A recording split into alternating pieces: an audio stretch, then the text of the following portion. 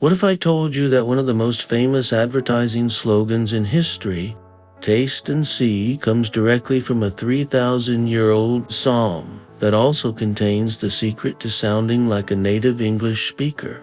Right now, you're about to discover why Psalm 34 is considered by linguists to be one of the most influential texts in the development of English emotional vocabulary. This isn't just ancient poetry, it's a masterclass in persuasive communication that shaped everything from Shakespeare's plays to modern marketing campaigns. In the next few minutes, you'll learn expressions that native speakers use unconsciously every single day.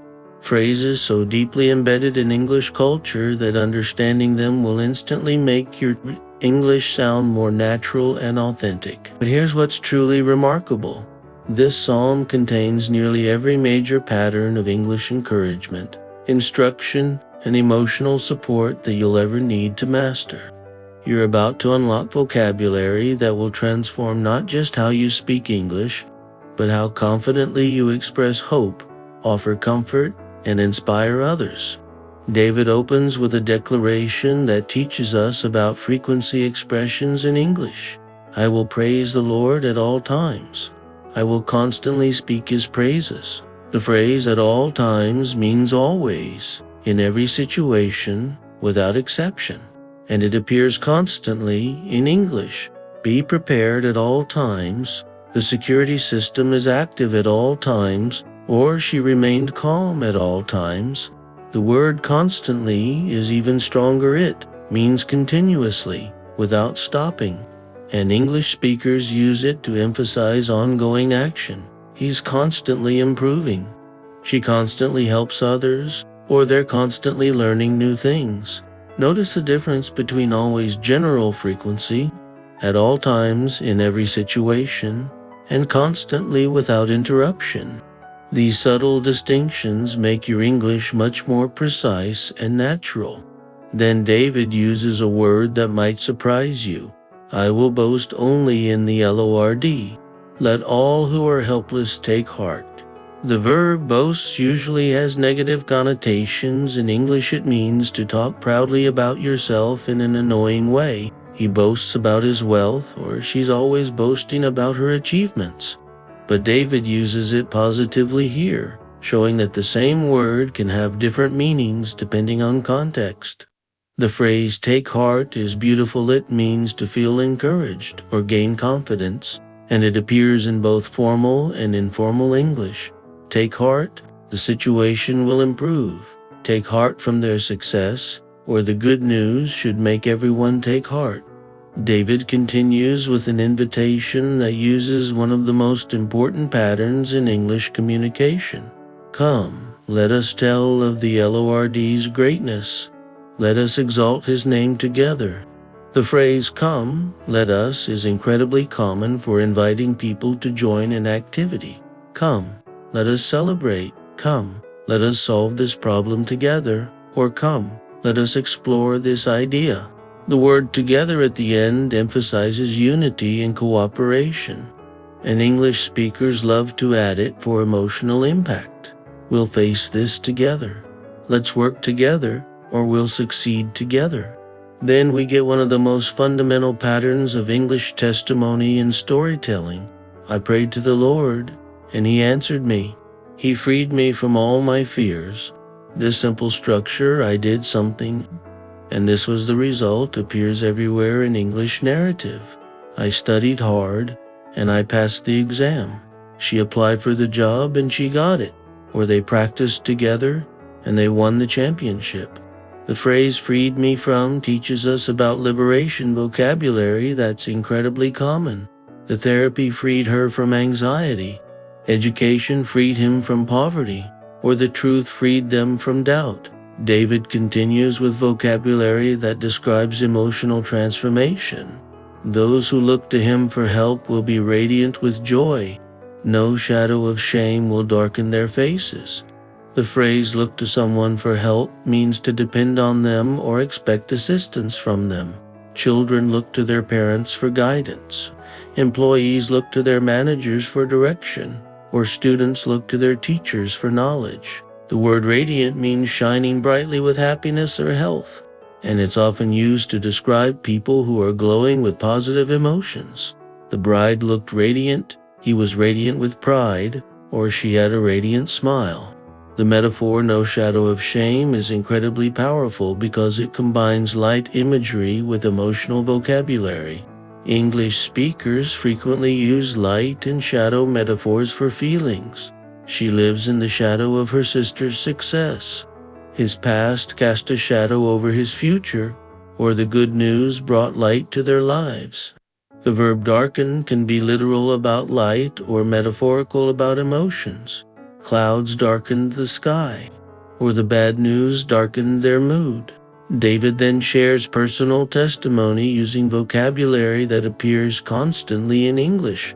"In my desperation I prayed, and the Lord listened. He saved me from all my troubles." The phrase "in my desperation" shows that prepositions can express emotional states, not just physical locations. English speakers frequently begin sentences with "in my" to explain their emotional context. "In my confusion, I asked for help. In my excitement, I forgot to lock the door." Or "in my anger, I said things I regret." The simple statement "he listened" is incredibly powerful because English uses listen to mean more than just hearing it. It means paying attention, caring, and preparing to respond. One of the most famous invitations in all of English comes next. "Taste and see that the Lord is good. Oh, the joys of those who take refuge in him." The phrase "taste and see" is brilliant because it combines two physical senses to describe a spiritual experience. English speakers understand that you can't literally taste goodness, but the metaphor works perfectly because everyone knows that tasting is the most direct way to know if food is good. This expression appears in marketing, invitations, and encouragement. Taste and see what we have to offer. Try it and see for yourself, or experience it and discover the difference. The phrase "take refuge in" means to find safety or shelter, and it appears in both literal and metaphorical contexts. The hikers took refuge from the storm. She took refuge in books when life was difficult, or he took refuge in his work after the divorce. English speakers love this metaphor of finding safe places during difficult times. David continues with a comparison that teaches us about English animal metaphors. "Even strong young lions sometimes go hungry, but those who trust in the Lord will lack no good thing." Lions represent strength and power in English culture, so saying that even lions sometimes lack food makes the contrast more dramatic. The phrase "lack no good thing" means to have everything necessary, and English speakers often use lack in the negative to emphasize abundance. She lacks no talent, they lack no resources, or he lacks no support from his family. Then David shifts into teaching mode with language that every English teacher uses. "Come, my children, and listen to me, and I will teach you to fear the Lord. Does anyone want to live a life that is long and prosperous?" The phrase "listen to me" is one of the most basic attention-getting expressions in English, used by parents, teachers, bosses, and friends. "Listen to me carefully," "listen to me for a moment," or "listen to me, this is important." The rhetorical question, "does anyone want to?" is incredibly powerful for engaging an audience because it assumes everyone will answer yes. Does anyone want to be successful? Does anyone want to be happy? Or does anyone want to learn something new? The practical advice that follows uses vocabulary that appears in self-help books, parenting guides, and moral instruction everywhere. Then keep your tongue from speaking evil and your lips from telling lies. Turn away from evil and do good. Search for peace and work to maintain it. The phrase "keep your tongue from" means to control your speech, and English speakers use similar expressions constantly. Hold your tongue, watch your tongue, or mind your tongue. The contrast between "turn away from evil" and "do good" shows The English pattern of stating both what not to do and what to do instead. The word search for finding peace is interesting because it suggests that peace requires effort and intention. Search for peace means actively look for ways to create harmony and avoid conflict. The phrase work to maintain it shows that keeping peace also requires ongoing effort. English speakers understand this pattern. Good things require both finding and keeping. David then uses one of the most comforting images in the English language. The eyes of the Lord watch over those who do right. His ears are open to their cries for help. The phrase watch over means to protect and care for someone, and it appears constantly. Parents watch over their children. Security guards watch over the building, or friends watch over each other. The image of ears being opened means ready to hear and respond, and English speakers use this metaphor for availability and attention. My door is always open to you. The company is open to suggestions, or she's open to new ideas. The contrast that follows teaches us about consequences, but the Lord turns his face against those who do evil. He will erase their memory from the earth. The phrase turn your face against means to become hostile or oppose someone, and it appears in formal and literary contexts. The community turned its face against corruption, or history turned its face against injustice. The verb erase literally means to remove writing, but metaphorically it means to eliminate completely. Time erased the painful memories. Success erased his earlier failures, or the apology erased any hard feelings.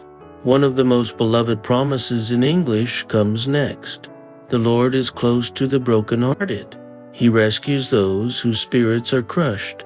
The word brokenhearted is incredibly common in English for describing deep emotional pain, especially from loss or betrayal. She was brokenhearted after the divorce. The teen was brokenhearted after losing. Or parents are brokenhearted when children suffer. The phrase crushed spirits uses the metaphor of physical crushing to describe emotional devastation. And English speakers understand this perfectly. Her confidence was crushed. His dreams were crushed, or their hopes were crushed by the news. David continues with vocabulary about facing difficulties. The righteous person faces many troubles, but the Lord comes to the rescue each time. The phrase face troubles means to confront or deal with problems directly, and it's incredibly common. She faced financial troubles, they faced legal troubles, or the company faced serious troubles. The expression comes to the rescue means to arrive and provide help when it's desperately needed. The firefighters came to the rescue. Her friends came to the rescue, or technology came to the rescue. The psalm ends with vocabulary about consequences and protection. Calamity will surely destroy the wicked, and those who hate the righteous will be punished. But the Lord will redeem those who serve him. No one who takes refuge in him will be condemned. The word calamity means a terrible disaster or misfortune, and it appears in news reports, literature, and formal discussions. Natural calamities devastated the region. The economic calamity affected everyone, or they survived multiple calamities. The verb redeem has multiple meanings in English: to buy back, to save from sin, or to make worthwhile. She redeemed her reputation through hard work. The happy ending redeemed the difficult story, or his apology redeemed their friendship. What makes Psalm 34 so incredibly valuable for English learners is that it demonstrates every major pattern of English encouragement and instruction. It shows you how to invite people to join activities, how to share personal testimony, how to ask rhetorical questions that engage your audience, how to give practical advice, and how to offer comfort and hope. These aren't just religious expressions, they're the fundamental building blocks of English communication that you'll use in job interviews, personal relationships, public speaking, in everyday conversations. Are you ready to start using these time-tested patterns to make your English more persuasive, more comforting, and more naturally inspiring than you ever thought possible?